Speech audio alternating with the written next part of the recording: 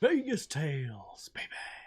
Okay, so last time we didn't fall for Becca and Todd's little bit of a scam going on. So, it is of course time to tell Mr Davenport exactly what Becca and Todd were up to. Well, that's disappointing. It is. I guess there's no reason to consider them as potential heirs anymore. Agreed. Although, Becca? Open and honest about it? Maybe? Maybe. No. No, we're not falling for that one. But, right, so we've got Mallory, Sara, Goodley, and those are our last two candidates. So the first two, we're absolutely pants. We've got Mallory. Yeah, let's go with Mallory next. Why not? Tell me about yourself, Mallory. What is there to say? I guess I'm a little bit down on my luck right now between jobs. I had 2 job interviews earlier this week, and I'm hoping to have more soon. I don't like to admit this usually, but it might be important for your book. I'm actually homeless currently. That's right. It might surprise you that I actually came from a fairly wealthy family. My dad was some sort of hotshot furniture salesman, and my mom was a cable TV installer. We actually owned our own house. It was double wide. But yeah, what did you do? I guess I always thought I'd be a big success like my parents, and I guess it's just all right that they're not around anymore so that they don't have to see what my life has turned into. You know, I didn't exactly meet their high expectations. Okay, so we're getting into a dark place with this one, I guess.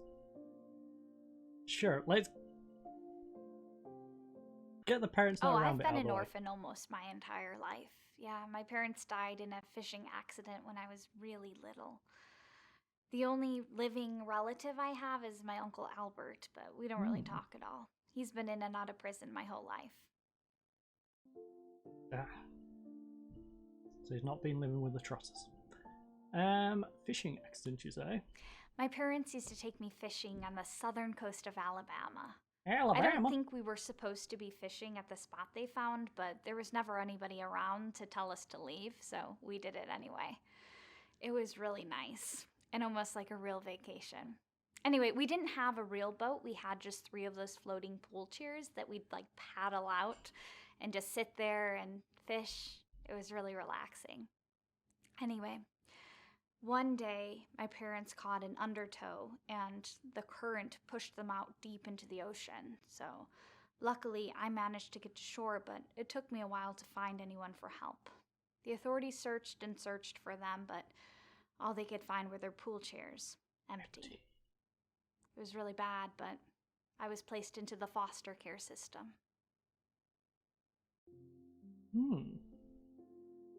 Sure, let's continue this path. I wasn't in the foster care system for very long. When I was 9, I was placed with a foster family, but unfortunately, my foster parents died the first night that I was with them. A burglar broke in and murdered them. My foster mom was able to call the police, but by the time they arrived, they were already dead. And the police couldn't find the burglar anywhere. The prosecutor on the case assumed that I had murdered my foster parents and even accused me of killing my birth parents. So he got the judge to sign off that I was going to be tried as an adult instead of a getting child, the same vibe. Even though I was only 9. Luckily, they did find the real killer, and it turns out he was just really good at hiding, and he was in a crawl space under the house. So, unfortunately, due to this legal loophole that in Alabama, I was now considered legally an adult, so I was out of the foster care system and I had to find a job. So I worked in a coal mine. It wasn't the work I wanted to be doing, but it paid something. And then when I was 18, I moved out of Alabama. You moved out of Alabama? Why you want to move out of Alabama? Alabama's great. I didn't have much money saved up, so I had to hop onto a train like they do in the movies. Only it wasn't exactly like how they do it in the movies because there were no big empty cars with those open sides that you could just hop right onto. The best I could find was a small platform that stuck out from the train a couple of inches. I was able to put my feet on that, and then there was a handle that I could cling to. I figured that I could just stay like that for an hour and then I'd be across state lines, but unfortunately, the train picked up a lot of speed and I was stuck clinging onto the train up until Detroit. Okay. Now I feel bad. You ended up in Detroit of all places? Well, I hadn't intended on going to Detroit, but since I was there, Well, I decided obviously. to make the most out of it. I got a job as the mascot at a children's restaurant. It was kind of a cheap ripoff of Chuck E. Cheese. And I had a costume that wasn't so much a cute mouse as a scary rat. But luckily, the kids didn't seem to mind too much, but I was only there for a little bit anyway. The first time I got my paycheck, I went to the bank and I was still in my rat costume. And unfortunately, 2 bank robbers came in, also in costume. So when the police showed up, they assumed that I was with them and arrested me along with them. I was able to sort things out at the police station and I got off, but my picture in costume was already in the newspaper, so my boss didn't like seeing his mascot on the front page of the newspaper for bank robbery, so I got fired. I can imagine he wouldn't like seeing that. Also, I'm starting to feel like we've not got any good candidates picked out here. I think you should just give me the casino. I'll look after it. Anyway, let's go to the Bellflower Hotel. I used to work at the Bellflower as a professional gambler. That's actually how I met Mr. Davenport. He didn't really His security work there, guards thought that I was cheating, actually, so they brought me in for hours and hours of questioning. Thankfully, they looked through the security footage and saw that I was not cheating. They could have just kicked me out, but Mr. Davenport was so kind, and he actually put me in a room for a full week to make up for the trouble that had been caused. This is the nicest hotel I've ever been in. Professional gambler, you say? I want to know what you did. I'm guessing poker. Oh, that was the wildest thing. I actually ended up here in Vegas by accident, but while I was here, I figured I might as well try gambling. It turned out I was extremely bad at it, though, and I actually caught the eye of a wealthy man who asked me to be a professional gambler for him. So he would give me money to play craps, and then he would bet on me losing. And we actually made a great team, and he made a ton of money off me. Oh. But the casinos started noticing what was happening, and they started kicking us out. Mr. Davenport was the only one who was really nice about it, though.